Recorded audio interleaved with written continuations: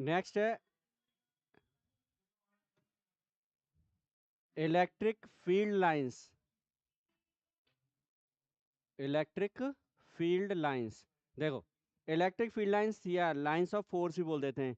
Electric field lines क्या होंगी? Electric field lines होती हैं जो कोई इलेक्ट्रिक फील्ड तो पढ़ ही चुके हो पहले, एक तरह से समझो तो इलेक्ट्रिक फील्ड की डायरेक्शन को रिप्रेजेंट करेगी ये। कैसे करेगी रिप्रेजेंट? इलेक्ट्रिक फील्ड लाइन कोई भी कैसे भी हो, हमें नहीं मालूम कैसी लाइन होगी, सपोज ये लाइन है कुछ भी, इस लाइन के किसी भी पॉइंट पर अगर हम टेंजेंट लाइन ड्रॉ कर दें तो वो टेंजेंट लाइन जो होगी वो इलेक्ट्रिक फील्ड की डायरेक्शन को रिप्रेजेंट करती है। इस तरह से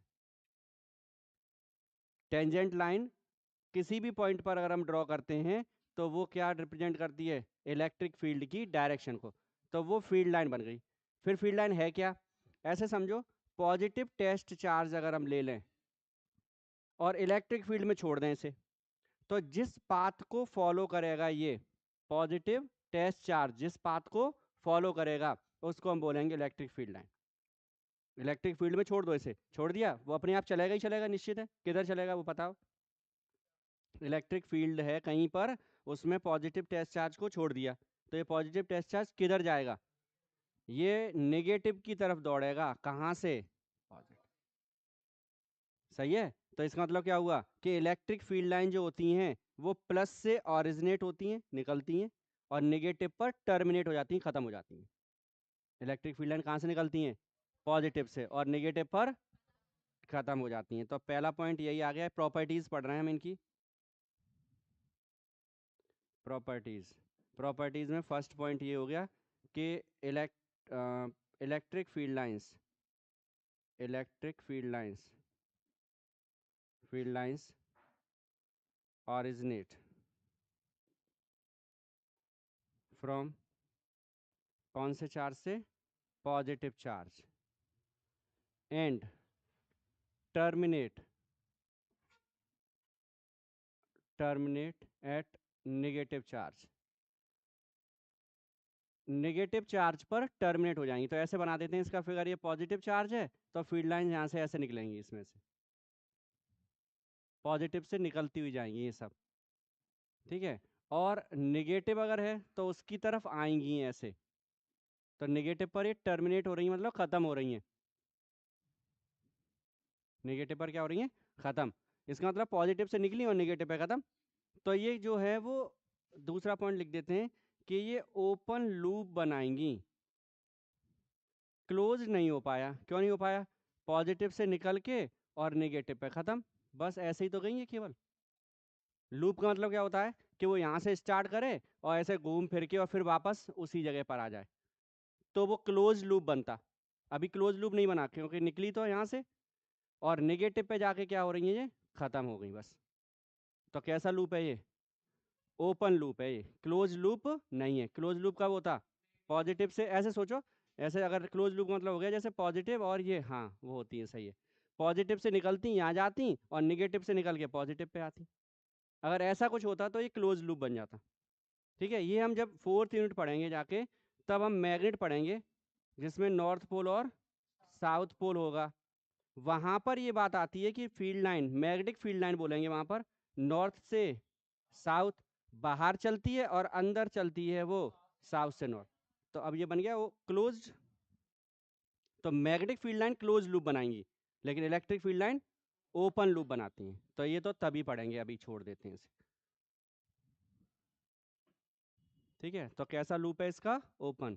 थर्ड, एक स्टार्टिंग की थी वो वही रिपीट कर देते हैं कि tangent line drawn at any point of field line, point of field line क्या शो करती है? Field line represents the direction of electric field, direction of electric field, direction of electric field, ठीक है। Figure वही जो पहले बन चुका है। जैसे ये फील्ड लाइन है, हमने क्या किया, इस पॉइंट को ले लिया, ये कोई भी एक पॉइंट सोच लो। अब इस पॉइंट पर ये टेंजेंट लाइन ड्रॉ कर दी, ठीक है, ये एक दूसरा पॉइंट यहाँ पर बना दिया तो ये टेंजेंट लाइन, एक पॉइंट यहाँ बना दिया ये टेंजेंट लाइन। हर एक टेंजेंट लाइन उस पॉइंट पर इलेक्ट्रिक फील्ड की डायरेक्शन को रिप्रेजेंट करेगी। टेंजेंट लाइन क्या ड्रॉ करेगी, रिप्रेजेंट करेगी डायरेक्शन ऑफ इलेक्ट्रिक फील्ड। ठीक है, तो ये यहाँ पर इसकी डेफिनेशन लिख देते हैं। इमेजनरी है, ऐसा कुछ नहीं कि कोई लाइन है वहाँ पे, कुछ नहीं है, तो कैसी है ये, इमेजनरी। तो इमेजनरी लाइन है, imaginary line at which positive test charge, positive test charge moves और tends to move, tends to move. Tends to move इसलिए बोल दिया कि हो सकता है तुमने पॉजिटिव चार्ज को पकड़ ही रखा हो, तो वो कहाँ चला जाएगा, फील्ड में रख दिया और फील्ड में रखने के बाद उसे पकड़ लिया तो चला जाएगा, नहीं जाएगा। लेकिन कोशिश तो करेगा कहीं जाने की, जिस रास्ते पे जाने की कोशिश करेगा वो भी क्या है, फील्ड लाइन, क्योंकि वो है ही इमेजिनरी, वो तो हम सोच रहे हैं पॉजिटिव चार्ज जिस रास्ते पे चल रहा है, मतलब ऐसा नहीं कि तुम्हें कोई वहां पे लाइन दिख रही है, लाइन नहीं दिख रही है वहां पे क्या होगा, केवल सोचेंगे कि हाँ इस रास्ते से होकर पॉजिटिव चार्ज गया था, यही लाइन क्या बन जाती है, इलेक्ट्रिक फील्ड लाइन। ऐसा नहीं कि कुछ लाइन तुम्हें वहां दिखने वाली है, दिखेगा कुछ नहीं, हाँ छोड़ दोगे तो कोई रास्ता तो बनाएगी। ठीक है, तो ऐसा नहीं कि चार्ज चलता हुआ जाएगा तो पीछे से एक लाइन बनाता हुआ चलेगा, वो हमें दिखेगी, सो नहीं है। पर जिस रास्ते पे गया वो रास्ता क्या है उसका, इलेक्ट्रिक फील्ड लाइन। और नहीं गया तो भी जिस रास्ते पे चलने की कोशिश भी कर रहा है वो भी क्या है, इलेक्ट्रिक फील्ड लाइन है। हो गया क्लियर इसे। इसके बाद देखो आगे, इसमें पॉइंट्स और आते हैं प्रॉपर्टीज में। कितने पॉइंट प्रॉपर्टीज हो गई थी अभी, 3। नेक्स्ट है 4th। अब क्या है, हमने कहीं पर क्या किया, जहां पर जैसे हमने पॉजिटिव चार्ज से स्टार्ट हो रही है और कहां पर टर्मिनेट हो रही है, नेगेटिव पे। अगर हम अपोजिट चार्जेस की बात करें तो फील्ड लाइन इस तरह से दिखाई देंगी, पॉजिटिव से नेगेटिव, पॉजिटिव से नेगेटिव, पॉजिटिव से नेगेटिव, ऐसे दिखेंगी।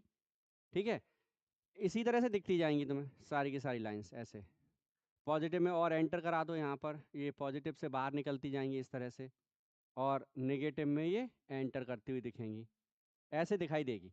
अब ऐसे सोचो जैसे कि तुमने कंसीडर करो जैसे कोई रस्सी पकड़ रखी है, ऐसे ऐसी तो बन रही है। अब वो रस्सी से क्या हो रहा है, उसका जो वेट है उसकी वजह से वो कहाँ जा रही है, नीचे। लेकिन एक कुछ भी रस्सी या कोई भी मटेरियल होता है उसमें इलास्टिक प्रॉपर्टी होती है, वो क्या करेगी, कॉन्ट्रैक्ट होने की, सिकुड़ने की कोशिश करेगी। तो वो कोशिश क्या होगी, जैसे वेट से सोच लो चाहे उस इलास्टिक प्रॉपर्टी से, इस जो रस्सी है ये रस्सी ये कोशिश करेगी कि ये दोनों कहाँ जाएं, पास।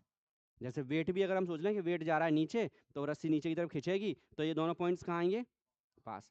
तो ये जो फील्ड लाइन है वो अपने आप में ये शो करती हैं कि पॉजिटिव और नेगेटिव जो चार्जेस होंगे वो एक दूसरे को अट्रैक्ट करेंगे। तो जो स्ट्रक्चर है वो खुद ये दिखाता है कि क्या होगा यहाँ पर, अट्रैक्शन। ठीक है, तो सेम अपोजिट चार्जेस के बीच में अट्रैक्शन को शो करती हुई दिखती हैं ये। 5th पॉइंट, अगर सेम चार्जेस हों, दोनों कैसे हैं, सेम, तो कैसा होगा, पॉजिटिव से चलेगी। सोचना टेस्ट चार्ज के बारे में, सोचना भी जो बात कर रहे थे, टेस्ट चार्ज कैसा था, पॉजिटिव, पॉजिटिव टेस्ट चार्ज इससे रिपेल होगा तो इससे दूर चल देगा, इधर भागता हुआ चल रहा है। लेकिन जब थोड़ा सा आगे बढ़ेगा तो ये इसके पास जाएगा, ये भी रिपेल करेगा तो यहाँ से होता हुआ इधर चला गया, इधर से कोई चलेगा तो इधर चला जाएगा, इधर से चलेगा इधर चला जाएगा, ऐसे जाएंगे फिर ये इस तरह से कंडीशन दिखाई देगी हमें, क्योंकि उधर तो जा ही नहीं सकता, वहां पर भी पॉजिटिव है तो पॉसिबिलिटी है नहीं। तो ये रिपल्सन को शो कर रहा है, क्लियर रिपल्सन दिख रहा है हमें, ऐसे गए और दोनों मुड़ गए तो क्या शो हो रहा है, रिपल्सन। तो सेम चार्जेस के बीच में रिपल्सन शो करेंगी, फील्ड लाइंस दिखाएंगी कि हाँ रिपल्सन हो रहा है यहाँ पर, और अपोजिट चार्जेस के बीच में अट्रैक्शन दिखाएंगे। बीच में देखो एक ऐसी जगह है यहाँ पर कोई भी फील्ड लाइन नहीं है, इसको हम बोल देते हैं ये है न्यूट्रल पॉइंट, जिस पर इलेक्ट्रिक फील्ड 0 होगा। इनके बीच में सेम चार्जेस के बीच में एक पॉइंट मिलेगा ऐसा जहां पर इलेक्ट्रिक फील्ड 0 होगा, और उस पॉइंट को हम न्यूट्रल पॉइंट बोल देंगे। न्यूट्रल पॉइंट हो गया जहां पर फील्ड 0 होगा, और फील्ड 0 है इसलिए वहां फील्ड लाइन जाएगी नहीं कभी। तो ये चीज याद कर लो, जहां फील्ड 0 होगा वहां पर फील्ड लाइन नहीं होगी। क्लियर, फील्ड लाइन अगर कहीं ऐसा दिख रहा है, जैसे सपोज मैंने ऐसा फिगर बनाया ये, और मैंने कहा यहाँ से फील्ड लाइन इधर गई और फिर यहाँ से इधर चली गई है, ऐसे फील्ड लाइन्स हैं ऐसे, ऐसे जा रही हैं ये। तो जैसे ही हमें ये दिखाई देगा हम तुरंत ये बोलेंगे कि इसका मतलब है कि अंदर इलेक्ट्रिक फील्ड, क्योंकि फील्ड लाइन अंदर से गई नहीं, अंदर से फील्ड लाइन नहीं जा रही, इसका मतलब अंदर इलेक्ट्रिक फील्ड जीरो है। तो जहाँ फील्ड लाइन नहीं दिखे समझ लेना वहाँ पर फील्ड जीरो हो गया है। ठीक, इसके बाद 6 नंबर एक आता है कि ये 11th में ऐसा कुछ पढ़ा था, फिर से देखते हैं। Two field lines never intersect each other, never intersect each other. मतलब क्यों नहीं ऐसा होगा? जैसे एक फील्ड लाइन ये है 1 नंबर और ये दूसरा है सेकंड। अब एट इंटरसेक्शन पॉइंट, ये इंटरसेक्शन पॉइंट है, यहाँ पर क्या होगा, इसकी अगर हम, हाँ इसकी अगर हम क्या बनाएंगे, टेंजेंट लाइन ड्रॉ करें, तो एक टेंजेंट लाइन ये हो गई हमारे पास, क्या है ये E1, और दूसरी टेंजेंट लाइन ये E2। अब एक पॉइंट पर दो फील्ड हो ही नहीं सकते। प्रिंसिपल ऑफ सुपरपोजिशन पढ़ के आए हम इलेक्ट्रिक फील्ड का। अगर हम किसी पॉइंट पर फील्ड निकालेंगे भी तो पहले का फील्ड दूसरे का फील्ड ऐड हो जाएगा, ऐड हो जाएगा तो रिजल्टेंट आता है, रिजल्टेंट आता है, तो एक पॉइंट पर दो फील्ड तो हो ही नहीं सकते। इसलिए कभी भी दो फील्ड लाइन एक दूसरे को इंटरसेक्ट नहीं करेंगी। क्यों नहीं, यहाँ पर लिख देते हैं, because at intersection point, at intersection point there will be, there will be two electric field which is not possible। ठीक है, कहाँ पढ़ा था 11th में? मैग्नेटिक फील्ड 11th में कहाँ था? 11th में क्या पढ़ा था? टर्बुलेंट फ्लो और स्टीम लाइन फ्लो में पढ़ा था, और वहाँ पे हमने लिखा था दो स्टीम लाइन जो हैं वो एक दूसरे को इंटरसेक्ट, वही कंडीशन थी, क्योंकि एक ही पॉइंट पर दो पाथ बन जाएंगे। और स्टीम लाइन फ्लो का डेफिनेशन ये कहती थी कि पीछे से आने वाला पार्टिकल आगे से जाने वाले पार्टिकल का पाथ ट्रेस करता हुआ चले, तो वो कंडीशन वहाँ थी। ठीक है, 11th में। तो दो फील्ड लाइंस एक दूसरे को इंटरसेक्ट नहीं करेंगी, क्यों? क्योंकि इंटरसेक्शन पॉइंट पर दो फील्ड होंगे और एक पॉइंट पर दो फील्ड हो ही नहीं सकते। क्यों नहीं हो सकते? उसका सिंपल सा लॉजिक है, एक पॉइंट पर दो फील्ड अगर लगाएं भी तो उनका रिजल्टेंट आ जाएगा, रिजल्टेंट आ जाएगा, तो सीधी सी बात है एक ही फील्ड बचा फिर हमारे पास, तो एक पॉइंट पर दो फील्ड नहीं होंगे। और क्या होगा, कितने हो गए थे? 6। इसके बाद 7। अब हम बात करते हैं कि अगर जैसे हमने कहीं फील्ड लाइन ड्रॉ की और ऐसे आ रही हैं हमारे पास, इस तरह से ऐसे फील्ड लाइंस आ रही हैं इस तरह से, तो अब क्या हो रहा है यहाँ पर, इस जगह पर फील्ड लाइंस जो हैं वो दूर दूर हैं और यहाँ पर फील्ड लाइन पास पास हैं। तो इसका मतलब है कि जहाँ पर density of field lines high है, ज़्यादा है, उस पॉइंट पर इलेक्ट्रिक फील्ड की वैल्यू भी ज़्यादा होगी। और इसका उल्टा बोल दो, जहाँ पर डेंसिटी ऑफ फील्ड लाइंस कम होगी वहाँ पर इलेक्ट्रिक फील्ड भी, तो यहाँ पर डेंसिटी कम है तो इलेक्ट्रिक फील्ड की वैल्यू भी कम होगी, और यहाँ पर इलेक्ट्रिक फील्ड ज़्यादा दिखाएगा। समझ गए? तो सीधा सा है, जहाँ फील्ड लाइंस पास पास आ जाए तो समझ लो वहाँ फील्ड ज़्यादा है, और जहाँ फील्ड लाइंस दूर दूर हो गई तो वहाँ पर फील्ड कम हो रहा है। 8 पॉइंट।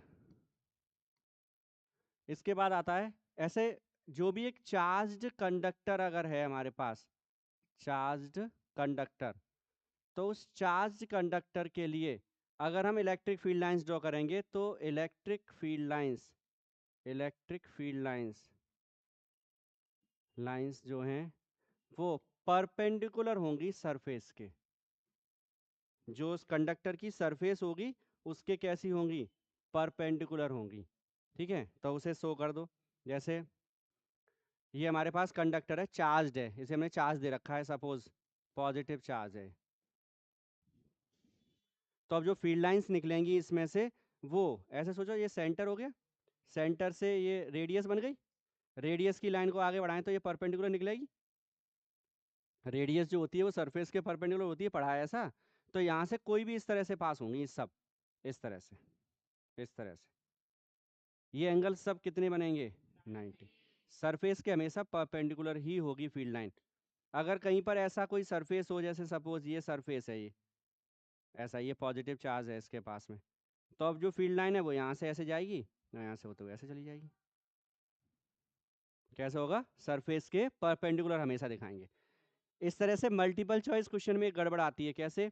एक कंडक्टर बनाया उन्होंने ऐसे, और फील्ड लाइंस बना दी कि एक फील्ड लाइन ऐसे जा रही है, दूसरी यहाँ से ऐसे पास पास ही कर देते हैं, चलो एक ऐसे पास हो रही है, तो ऐसे जैसे ये फिगर बनाते हैं वैसे ही बोल देते हैं ये गलत है।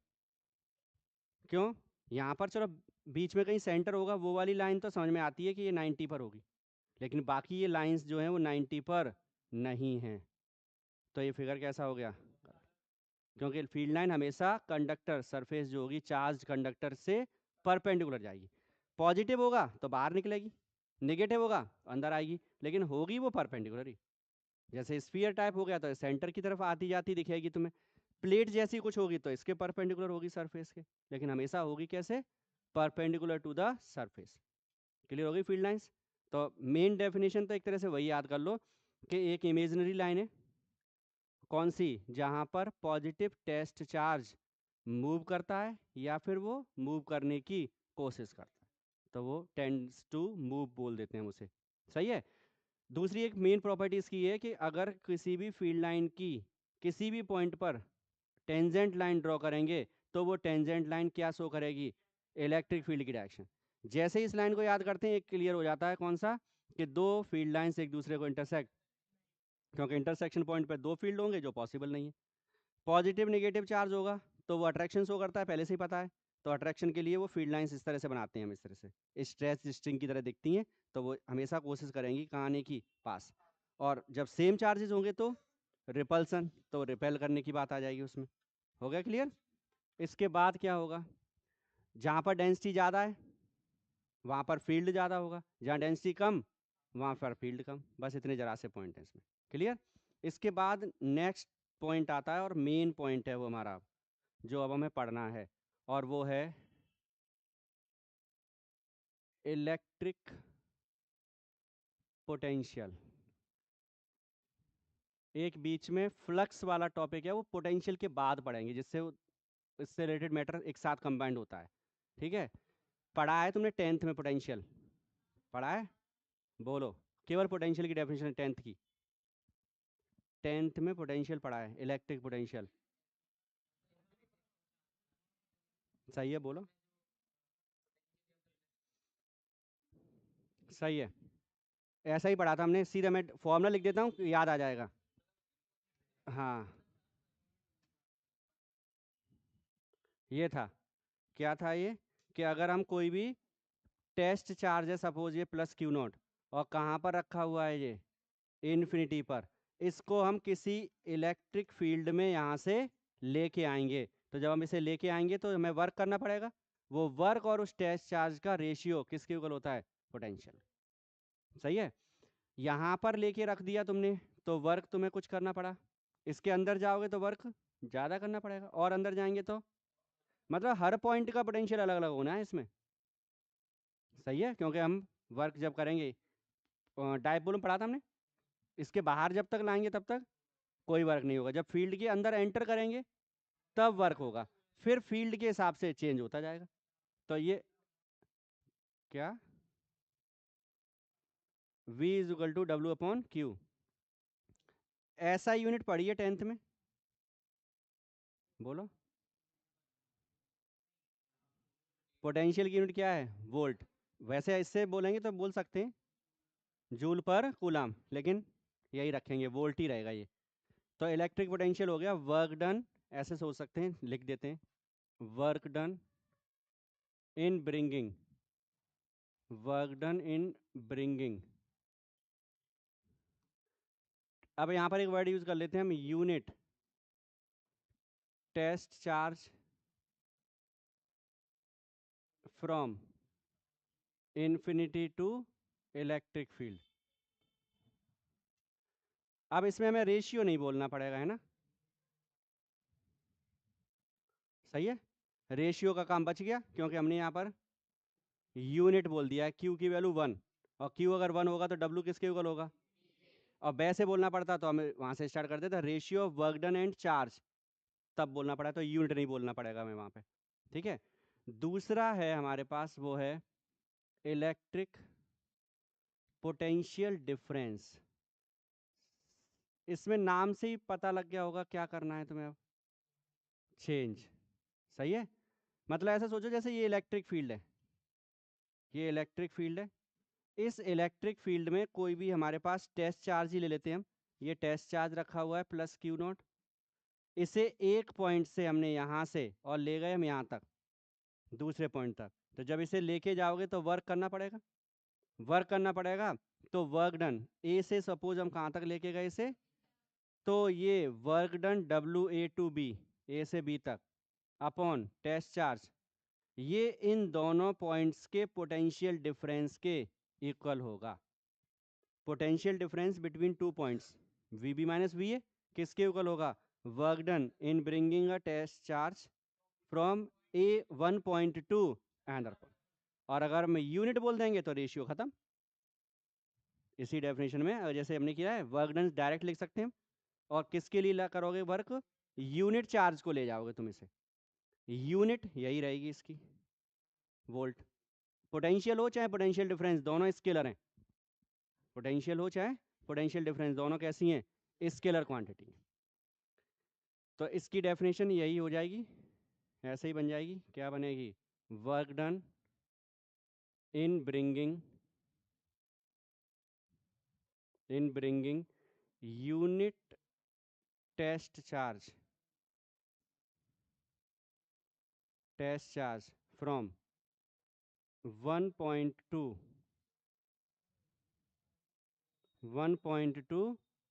another point in electric field. और इसमें अगर चाहो तो ऐसे भी लिख सकते हो, अगेंस्ट द फील्ड। सही है, इलेक्ट्रिक फील्ड के अगेंस्ट लेके जा रहे हैं हम इसे। ठीक, तो डेफिनेशन तो इसी से बननी है, उसमें कुछ नया नहीं है। दोनों क्वांटिटीज कैसी हैं, स्केलर, कैसी हैं, स्केलर। एक और बात है, और वो है इलेक्ट्रिक, इसकी डेफिनेशन तो तुम बता ही दोगे आराम से, इलेक्ट्रिक पोटेंशियल एनर्जी क्या होगी, इलेक्ट्रिक पोटेंशियल एनर्जी की डेफिनेशन बोलो। एनर्जी की डेफिनेशन फिक्स है, बताओ। सही है, क्या करेंगे हम, ये जो डेफिनेशन है ना, इसमें से सिर्फ इसे हटा दो, बस ये एनर्जी की डेफिनेशन बन गई। Work done in bringing test charge from infinity to field is known as electric potential energy. तो इसे हम U से डिनोट कर देते हैं, और U को हम किसके ऊपर लिख देंगे, सेम वही कंसेप्ट है कि हमारे पास ये फील्ड है, इलेक्ट्रिक फील्ड, यहाँ पर कोई टेस्ट चार्ज रखा हुआ है, कहाँ पर रखा है ये, यहाँ से इसे इसके अंदर लेके आएंगे, तो जब इसे अंदर लेके आएंगे तो वर्क डन जो होगा वही किसके इक्वल होगा, पोटेंशियल एनर्जी के इक्वल होगा। तो पोटेंशियल और पोटेंशियल एनर्जी की डेफिनेशन सेम है, केवल एक यूनिट हटाना है बस। ठीक है सर, बोल दो। हाँ, डेफिनेशन बोलो, बोलो।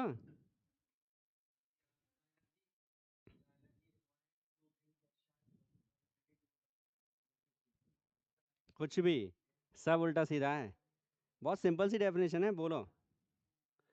एनर्जी किसकी इक्वल है, W क्या है यहाँ पर, वो बताओ फिगर में कहाँ है। अब तू पृथ्वी से बातें करेगा तो काम कैसे चलेगा, वो सुन रहा है तो पिटना चाह रहा है बस, और क्या है। अभी खुद का ही हवन हो जाएगा इसका, हाँ फिर पूजन हो जाएगा इसलिए इसे पढ़ ले। वर्क है कहाँ से, इन्फिनिटी से फील्ड तक लाने में, किसको लेके आ रहे हैं हम, टेस्ट चार्ज को। जब हम यूनिट टेस्ट चार्ज को लाने की बात करते हैं तो वो पोटेंशियल बन जाता है, और जब नॉर्मली हम टेस्ट चार्ज बोल देते हैं तो वो एनर्जी है। तो अच्छी बात क्या हुई मालूम है, केवल वर्क डन निकाल लो, वर्क डन निकाल देंगे तो वर्क डन तो सीधे सीधे क्या बन जाएगी, एनर्जी, और उसमें टेस्ट चार्ज का डिवाइड कर देंगे तो पोटेंशियल बन जाएगा। मतलब एक ही डेरिवेशन दोनों में काम करेगा, केवल हमें क्या निकालना है, वर्क डन कैलकुलेट करना है। तो एक बड़ा सा डेरिवेशन है, बड़ा नहीं है मतलब है एक डेरिवेशन, जिससे दो डेरिवेशन क्लियर हो जाएंगे, पोटेंशियल का भी और पोटेंशियल एनर्जी का भी। ठीक है, तो हमें क्या कैलकुलेट करना है, वर्क डन, कंबाइंड हो जाएगा ना, ठीक है। नेक्स्ट पेज पे लिख देते हैं। अब हमें लेना है work done in bringing, bringing कोई भी चार्ज ले लेते हैं हम, पॉइंट चार्ज ले लेते हैं, in bringing point charge from infinity, infinity to electric field, electric field. ये हम सॉल्व कर लेंगे वर्क डन, और जो वर्क डन होगा वो सीधे सीधे एक तरह से समझ लेना कि वो एनर्जी का फॉर्मूला आ जाएगा हमारे पास में, और उसमें अगर हम चार्ज जो लेके आ रहे हो उसका डिवाइड कर देंगे तो पोटेंशियल बन जाएगा। जो चार्ज लेके आ रहे हैं उसका डिवाइड करेंगे तो क्या बन जाएगा, पोटेंशियल। तो सबसे पहले बात करते हैं हम वर्क डन की। अब हमें क्या चाहिए, इलेक्ट्रिक फील्ड। तो इलेक्ट्रिक फील्ड कंसिडर कर लेते हैं हम कि हमारे पास एक कोई पॉइंट ओ है जहां पर एक चार्ज रखा हुआ है, सपोज Q1, इससे r डिस्टेंस पर एक पॉइंट है P। तो Q1 से P पॉइंट पर फील्ड आ गया, फॉर्मूला क्या होगा, KQ1/r², इलेक्ट्रिक फील्ड का फॉर्मूला KQ/r²। तो फील्ड हो गया यहाँ पर। अब यहाँ पर एक दूसरा चार्ज है, सपोज कहाँ पर रखा है, इसको लेके आओ यहाँ से। जब लेके आएंगे तो वर्क निकालना है तुम्हें। वर्क डन का फॉर्मूला तो तुम्हें आता ही है, क्या होता है, वर्क डन, वर्क डन हमने पढ़ा है, W = वैसे अगर अभी लिख दें फोर्स इनटू डिस्प्लेसमेंट, पढ़ा है। अब जरा सोचना है इस डिस्प्लेसमेंट को, अगर हम पूरा पूरा बात करें तो इन्फिनिटी से यहाँ तक लेके आओगे तो डिस्प्लेसमेंट तो इन्फिनिटी बोलने लगेगा, तो गड़बड़ हो गई। दूसरी और गड़बड़ हो रही है, फोर्स का फॉर्मूला हमें पता है क्या होता है, KQ1/Q2। फोर्स किस पे डिपेंड करता है, तो इसका मतलब हुआ हर पॉइंट पर R बदलेगा तो फोर्स बदलेगा हर पॉइंट पर, तो हर पॉइंट पर फोर्स अलग होगा, हर एक पॉइंट का वर्क भी अलग अलग आएगा। तो ये बहुत बड़ी प्रॉब्लम हमारे सामने कि हम हर पॉइंट पे या तो ऐसा करें कि इतनी दूर का वर्क निकाल लो, फिर इतना निकाल लो, फिर इतना निकालो, फिर इतना निकालो, सबको ऐड कर दो, तो उसमें टाइम बहुत लग जाएगा। तो हम ऐसा करते हैं, इसमें हम यहाँ पर इससे एक्स डिस्टेंस पर एक एलिमेंट्री डिस्प्लेसमेंट ले लेते हैं, कितना, dx। इस dx के लिए वर्क डन निकाल लेंगे, फिर उसकी लिमिट लगा देंगे इन्फिनिटी टू r। तो dx बहुत छोटा ले लेंगे हम, और बहुत छोटा ले लेंगे तो ये कंसिडर कर लेंगे कि इस इतनी डिस्टेंस के लिए फोर्स चेंज नहीं हो रहा है। समझ गए, एक साथ क्यों नहीं कर रहे हैं वो पता लग गया, क्योंकि फोर्स r पे डिपेंड कर रहा है। r चेंज होगा तो हर जगह फोर्स बदलेगा, हर जगह फोर्स बदलेगा तो वर्क भी चेंज होगा। तो या तो टुकड़ों में निकालो, बहुत सारे टुकड़े बनाओ उनके, फिर सबको ऐड करो, और दूसरा ये हम एलिमेंट्री ले लें बहुत छोटा सा, उतने dx के लिए वर्क डन निकाल लें, फिर सॉल्व कर लेंगे। तो हम वर्क डन किसके लिए निकालेंगे, वर्क डन इन डिस्प्लेसिंग,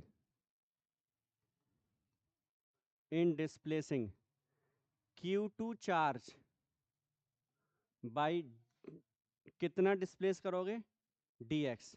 तो dw = क्या हो जाएगा, f। अब dw = f कितना होगा, इस पॉइंट पर फोर्स इन दोनों के बीच में, तो KQ1 Q2 और अपॉन x², ये हो गया KQ1 Q2 upon x² into dx। तो हम टोटल वर्क डन निकाल देते हैं। So total work done, total work done क्या होगा, W = क्या कर देंगे इसका, कहाँ से, इन्फिनिटी से r तक, KQ1 Q2 upon x² into किसके रेस्पेक्ट हो रहा है, dx, x के। तो KQ1 Q2 को बाहर निकाल दो, KQ1 Q2 बाहर ले आए और x² को ले गए ऊपर, तो x⁴ कितना हो गया, -2। इंटीग्रेशन में क्या होता है, डिवाइड कर देंगे। हाँ, वर्क डन W = के Q1 Q2 तो ये था ही, x⁴ हो गया -1/-1 और लिमिट है इन्फिनिटी टू r। ऐसा था वहां पे जो अभी लिखा हुआ है इंटीग्रेशन में था x⁻² dx, यही रहता इन्फिनिटी टू, इसमें -2 में +1 करो तो -1 और जितनी पावर आ जाए उसी का डिवाइड, तो ये आ जाएगा।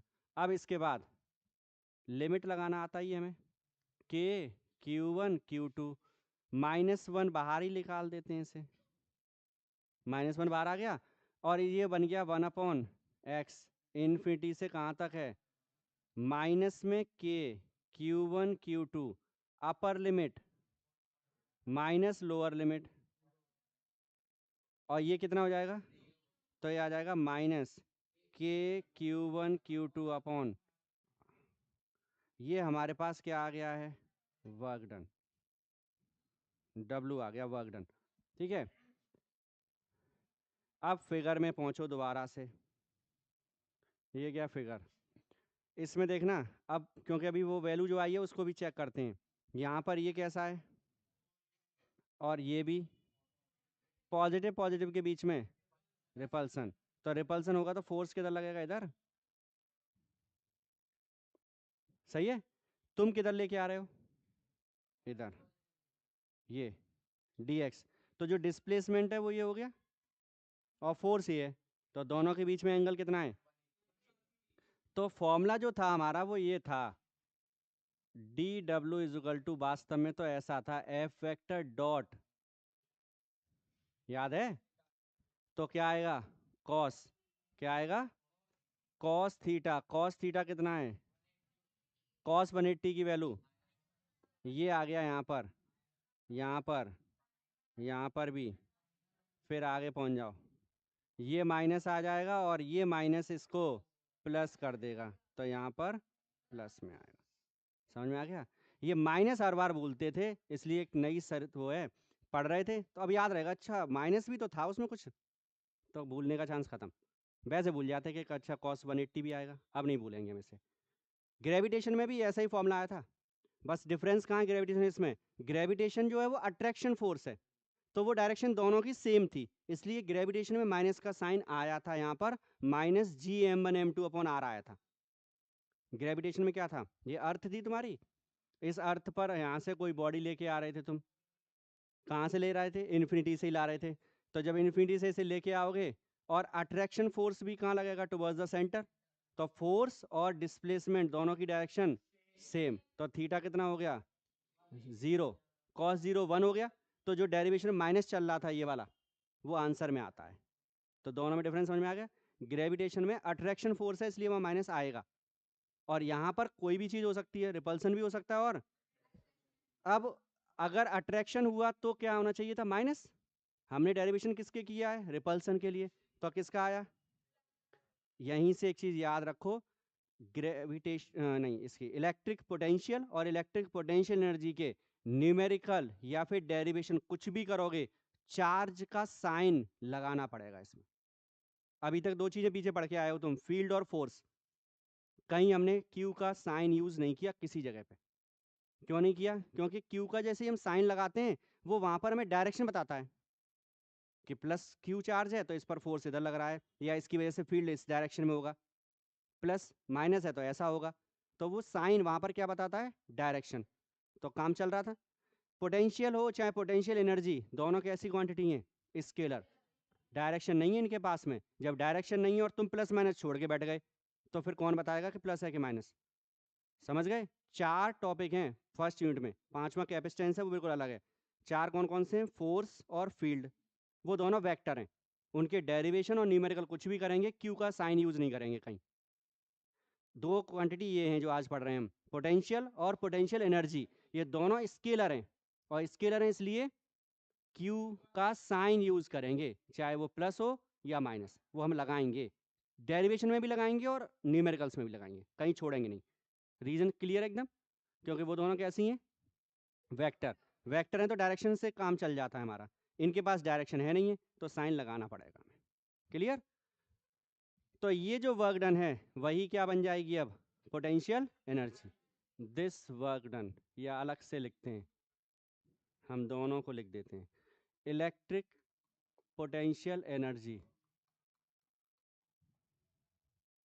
Electric potential energy, electric potential energy को लिखा था U is equal to W, और U इज इक्वल टू आ गया K Q1 Q2 over R। ये एनर्जी का फॉर्मूला हो गया, इलेक्ट्रिक पोटेंशियल एनर्जी।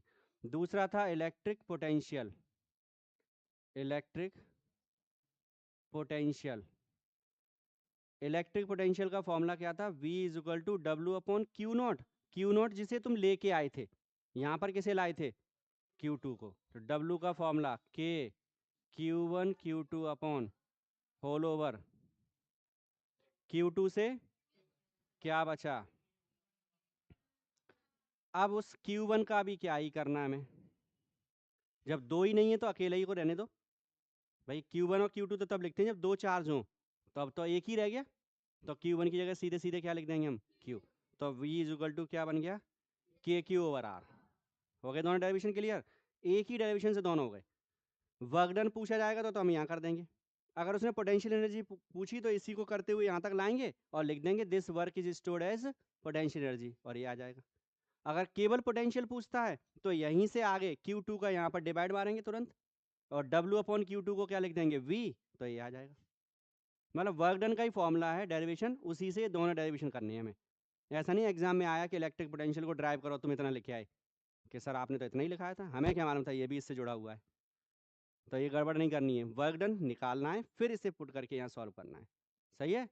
और ऐसे एनर्जी आएगा तो इसे सॉल्व करेंगे। क्लियर? तो ये डेरिवेशंस थे पोटेंशियल और पोटेंशियल एनर्जी का। ठीक है, नोट कर दो इसे।